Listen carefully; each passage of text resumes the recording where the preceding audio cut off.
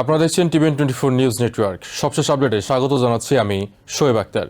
ইরানের সর্বোচ্চ নেতা আলী খামেনির রাষ্ট্রীয় জানাজা ঘিরে লাখো মানুষের শোকের পাশাপাশি বিশেষভাবে আলোচনায় এসেছে দক্ষিণাঞ্চলীয় মিনাব শহরের সেই সব পরিবার যাদের সন্তানরা আমেরিকা ইসরায়েলের যৌথ হামলার প্রথম দিন একটি প্রাথমিক বিদ্যালয়ে নিহত হয়েছিল।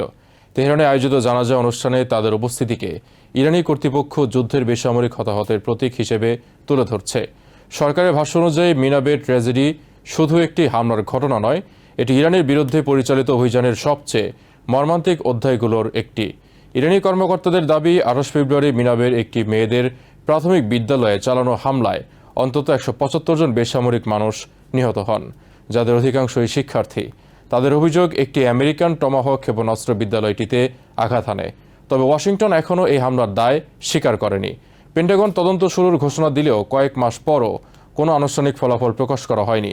একই সময়ে বিভিন্ন অনুসন্ধানে বিদ্যালয়টি আমেরিকার সম্ভাব্য লক্ষ্যবস্তুর তালিকায় ছিল বলে তথ্য উঠে এসেছে, যা ঘটনাটিকে আরও আলোচনায় এনেছে। খামেনির জানাজায় অংশ নিতে নিহত শিশুদের পরিবার প্রায় 800 মাইল পথ পাড়ি দিয়ে তেহরানে আসে। কেউ ট্রেনে, কেউ বাসে, আবার কেউ ব্যক্তিগত গাড়িতে দীর্ঘ ভ্রমণ করে রাজধানীতে পৌঁছান। গ্র্যান্ড মোসাল্লা ধর্মীয় কমপ্লেক্সে তাদের জন্য আলাদা স্মরণ আয়োজন করা হয়। সেখানে সারি সারি স্কুল ব্যাগ, ছোট জুতা, খাতা, ব্ল্যাকবোর্ড, বেঞ্চ এবং নিহত শিশুদের প্রতিকৃতি সাজিয়ে একটি প্রতীকী শ্রেণীকক্ষ তৈরি করা হয়। বহু মানুষ সেখানে দাঁড়িয়ে নীরবে শ্রদ্ধা জানান। কেউ ফুল রাখেন, আবার কেউ চোখের পানি ধরে রাখতে পারেননি। অনুষ্ঠানে উপস্থিত অনেকের আশা ছিল বর্তমান সর্বোচ্চ নেতা মোস্তফা খামেনি প্রথমবারের মতো জনসমক্ষে এসে জানাজার নামাজে নেতৃত্ব দেবেন, কিন্তু নিরাপত্তাজনিত ঝুঁকির কারণে তিনি উপস্থিত হননি। তার পরিবর্তে নামাজ পরিচালনা করেন বিশিষ্ট শিয়া ধর্মতাত্ত্বিক আয়াতুল্লাহ জাফর সোবহানি। জানাজায় উপস্থিত ছিলেন president Masoud Pezeshkian, parliament speaker Mohammad বাগের গালিবাফ এবং ইসলামিক রেভলিউশনারি গার্ড কোরের নতুন কমান্ডার আহমদ ওয়াহিদি সহ শীর্ষ সামরিক ও রাজনৈতিক নেতারা। ওয়াহিদিকে দেখে ভিড়ের একাংশ প্রতিশোধ স্লোগান দিতে শুরু করে, যা অনুষ্ঠানের আবেগকে আরও তীব্র করে তোলে।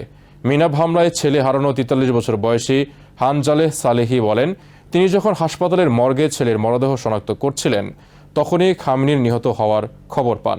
পরপর দুটি শোক তাকে মানসিকভাবে ভেঙে দেয়। তার ভাষায়, আমরা চাই পৃথিবী জানুক ইরানের মানুষের সঙ্গে কি ঘটেছে। আমাদের সন্তানরা কোনো যুদ্ধের অংশ ছিল না, তারা শুধু স্কুলে পড়তে গিয়েছিল। তিনি আরও বলেন, এই হামলা যেন আন্তর্জাতিকভাবে নিরপেক্ষ তদন্তের আওতায় আনা হয়। তেহরানের বিভিন্ন সরকারি ভবন, আন্তর্জাতিক বিমানবন্দর, সরকারি প্রতিষ্ঠান এবং বিদেশে ইরানি দূতাবাসগুলোতেও মিনাবে নিহত শিশুদের স্মরণে প্রদর্শনী স্থাপন করা হয়েছে। ইরানি সরকার এসব প্রদর্শনীর মাধ্যমে আন্তর্জাতিক সম্প্রদায়ের দৃষ্টি আকর্ষণের চেষ্টা করছে। রাজধানীর একটি প্রদর্শনীতে শিশুদের ব্যাগ, জুতা ও শ্রেণীকক্ষের সামগ্রী সাজিয়ে যুদ্ধের মানবিক মূল্য তুলে ধরা হয়েছে। তেহরানের বাসিন্দা ফাতেমে ইয়াভারি 2 সন্তানকে নিয়ে জানাজা অনুষ্ঠানে এসে মিনাবের শিশুদের স্মৃতিস্তম্ভে শ্রদ্ধা জানান। তিনি বলেন, ওরা আমার নিজের সন্তানের মতো। প্রতিটি ছবির দিকে তাকিয়ে মনে হয়েছে যেন নিজের সন্তানকেই হারিয়েছি। তার মতে যুদ্ধের সবচেয়ে বড় মূল্য দেয় নিরীহ মানুষ, বিশেষ করে শিশুরা। অন্যদিকে মিনাবের বাসিন্দা ও বন্দর শ্রমিক ইয়াসিরপুর জমে জানান, হামলার পর স্থানীয় মানুষের মধ্যে সরকারের প্রতি সমর্থন বেড়েছে। তার দাবি, অনেক সমালোচকও এখন সরকারের পাশে দাঁড়িয়েছেন। বিশেষজ্ঞদের মতে ইরানি কর্তৃপক্ষ এই ধরনের বক্তব্যকে জাতীয় ঐক্যের বার্তা হিসেবে সামনে আনছে এবং যুদ্ধকে কেন্দ্র করে জনসমর্থন সুসংহত করার চেষ্টা করছে। জানাজা শেষে খামেনির মরদেহ তেহরানের রাজপথে দীর্ঘ শোকযাত্রায় নেওয়া হবে। এরপর কোম, ইরাকের নাজাফ ও কারবালা হয়ে শেষ পর্যন্ত মাশহাদে তাকে দাফন করা হবে।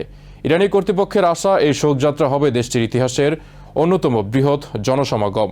পর্যবেক্ষকদের মতে পুরো আয়োজনের মাধ্যমে ইরান শুধু একজন নেতাকে বিদায় জানাচ্ছে না, একই সঙ্গে যুদ্ধের বেসামরিক হতাহতের বিষয়টিকেও আন্তর্জাতিক অঙ্গনে রাজনৈতিক ও মানবিক ইস্যু হিসেবে প্রতিষ্ঠিত করার চেষ্টা করছে। নিউ ইয়র্ক থেকে সম্প্রচারিত TVN24 টেলিভিশন বিশ্বজুড়ে বাঙালির কণ্ঠস্বর।